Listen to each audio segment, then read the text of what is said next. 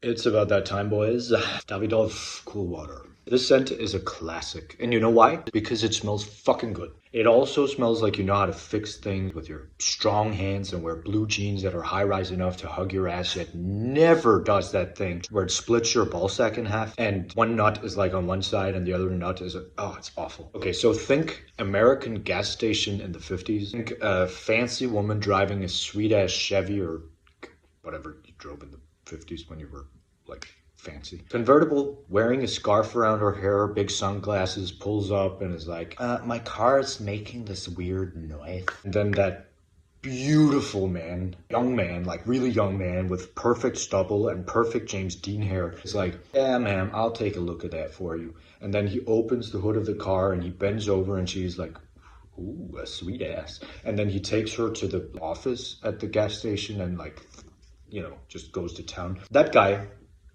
whom we all kind of wish we were, at least when we were like 22, Davidoff. Smells exactly like that, even though he's dirty and works at a gas station and probably can't afford anything. This scent has James Dean written all over it. Knife fights, first lover, laid back, great hair, sweet abs, the works. But for those of us who actually acknowledge that the year is 2025, gas stations are not sexy, knife fights or land you in prison, mullets are for some inexplicable reason back in fashion. And we just talk about how that really needs to stop right now, by the way. This scent is, in other words, not up to date. Wait, all of these associations today are terrible.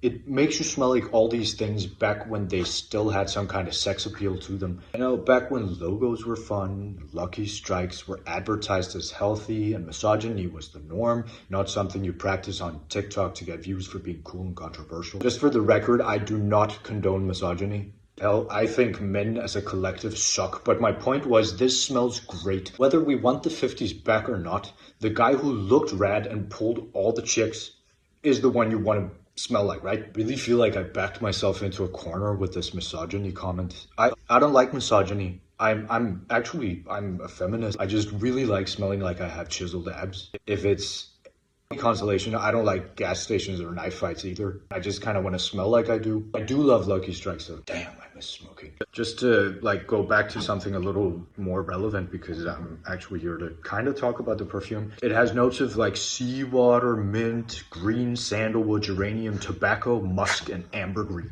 Ambergris. I don't know how to pronounce it. And my dog is humping me because I smell like Davidoff, so I rest my case. Even though this is a very specific list of notes in a perfume, I'd say it's surprisingly versatile. You could both use it during knife fights or at a gas station or when you're helping some 40-year-old woman cheat on her husband. Like you can just wear it for every possible occasion.